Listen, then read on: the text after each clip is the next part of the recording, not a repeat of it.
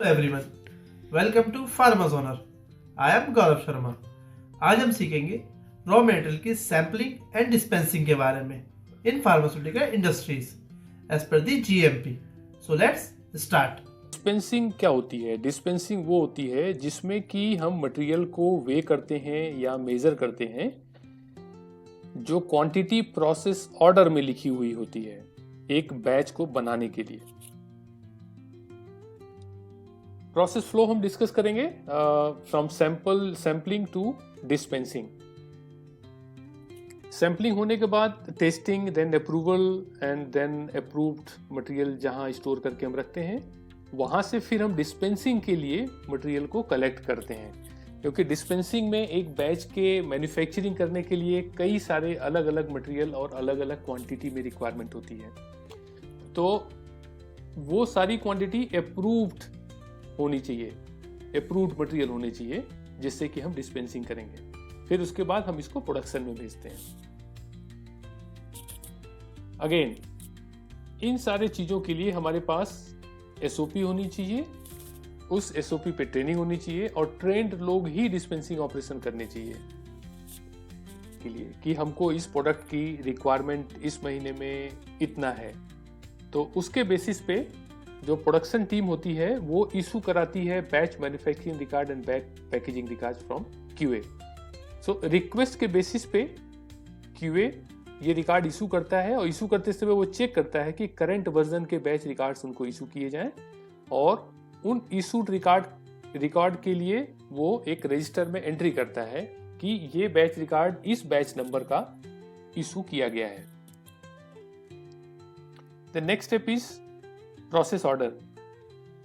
Based on the BMR and BPR, production releases the process order. In process order में सारी quantities लिखी हुई होती हैं, सारे यूनिट्स लिखे हुए होते हैं जो वेयर हाउस से इशू किए जाते हैं। प्रोसेस ऑर्डर के बेसिस पे ये बीएमआर और BPR along with the process order warehouse को जाता है, जहां से कि ये मटेरियल की डिस्पेंसिंग की जाती है। अब वेयर हाउस ये चेक करता है कि क्या ये मटेरियल अवेलेबल है हमारे स्टॉक में जो कि अप्रूव्ड कंडीशन में है, जिसको कि हम बैच के लिए इशू कर सकते हैं। इसके दो तरीके हैं, या तो हम मैनुअली चेक करें या आज की डेट में इलेक्ट्रॉनिक सिस्टम है जिसके थ्रू हम ये इंश्योर करते हैं कि प्रोसेस ऑर्डर तभी रिलीज होगा जब हमारे पास अप्रूव्ड स्टॉक अवेलेबल होगा हमारे वेयर हाउस में। नेक्स्ट, ये थोड़ा सा बताना जरूरी है, जैसा कि हमने सैम्पलिंग एरिया में देखा था उस वीडियो में कि सैम्पलिंग एरिया कैसी होनी चाहिए जहां की सैम्पलिंग बूथ होता है। सिमिलरली एग्जैक्टली सेम मैं तो कहूंगा कि डिस्पेंसिंग लोकेशन भी होती है। ओके, तो डिस्पेंसिंग में भी personal entry and material entry and उसी तरीके से हम गाउनिंग करके हम अंदर जाते हैं। अंदर का जो एरिया होता है वो क्लासिफाइड एरिया होता है, इसका क्लासिफिकेशन वही होता है जहाँ की जो मैन्युफैक्चरिंग एरिया का क्लासिफिकेशन होता है। डिफरेंस ये है कि डिस्पेंसिंग करने के बाद डिस्पेंस मटेरियल को हम यहाँ स्टोर करके रखते हैं, जहाँ से फिर आगे प्रोडक्शन एरिया में चला जाता है। तो एक तरीके से यूनिडायरेक्शनल फ्लो हुआ, पर्सनल एंट्री यहाँ से, मटेरियल एंट्री यहाँ से, डिस्पेंसिंग करने के बाद यहाँ से फिर मटेरियल चला गया प्रोडक्शन ब्लॉक में। सो इनकी फंक्शनैलिटी क्या है, यहाँ पे सेपरेट है personal and material entry and gowning and degowning procedure here in the crossover bench, then we have to wear the clean gown and यहाँ पे डिफरेंशियल प्रेशर मेंटेन होता है, जैसा कि हमने पहले बताया, इधर high pressure, low pressure and low pressure and dispense material storage area. Okay, अब डिस्पेंसिंग ऑपरेशंस कैसे स्टार्ट होता है वो मैं आपको बताऊंगा यहाँ पे कि सबसे पहले मटेरियल हमें कलेक्ट करना है अप्रूव्ड स्टॉक से और फीफो फॉलो करना है, क्योंकि एक ही मटेरियल कई सारे बैच नंबर के होंगे, कई सारे मैन्युफैक्चरिंग एक्सपायरी डेट के होंगे। तो जीएमपी की रिक्वायरमेंट ये होती है कि जो मटेरियल पहले आया है, पहले एंटर हुआ है, उसको हम पहले यूज करें, जिससे कि कोई ओल्ड स्टॉक आपके वेयर हाउस में नहीं रहेगा। बट आज की डेट में दूसरे कॉन्सेप्ट भी फॉलो होते हैं, जैसे FEFO, first expiry first out, and दूसरे भी कॉन्सेप्ट हैं जो कि जस्टिफाई किया जा सकता है एजेंसीज को उसको यूज करने के लिए।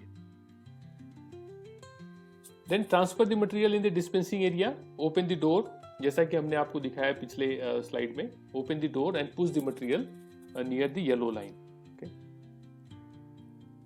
Then arrangement of the dispensing tool हमारे क्लीन है कि नहीं है, उसकी क्लीनिंग का वेरिफिकेशन। देन पॉलीबैग हमको इशू कराया जाता है, क्लीन पॉलीबैग जिसमें कि हम डिस्पेंस करके मटेरियल को रखेंगे और उस पर लेबल लगाएंगे। Then online printing facility should be available for the label printing inside the dispensing area, or if it is a pre-printed label need to fill the manually, तो उसका रिकन्सिलेशन, उसका रिकॉर्ड होना चाहिए। इवन ऑनलाइन प्रिंटिंग भी जो होती है उसका भी रिकॉर्ड होना चाहिए, और कितने लेबल हमने यूज किए, कितने लेबल हमने डिस्ट्रॉय किए।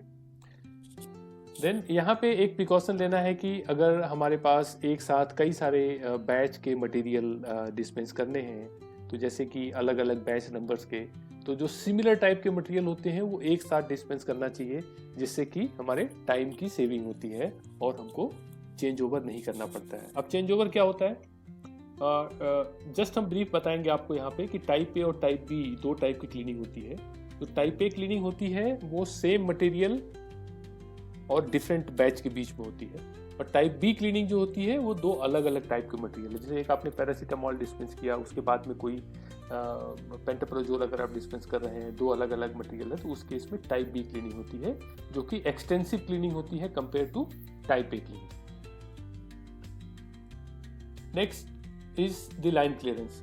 जैसा हमने सैम्पलिंग में देखा कि लाइन क्लियरेंस क्यों करना चाहिए, वो इसीलिए कि वहाँ पे कोई भी पुराने लेबल्स, पुराना कंटेनर, पुराना मटेरियल, कोई ट्रेसेस नहीं होने चाहिए, वो लाइन क्लियरेंस के दौरान चेक किया जाता है। यहाँ भी चेकलिस्ट में हम वो सारी चीज़ें वेरीफाई करेंगे डिस्पेंसिंग के पहले।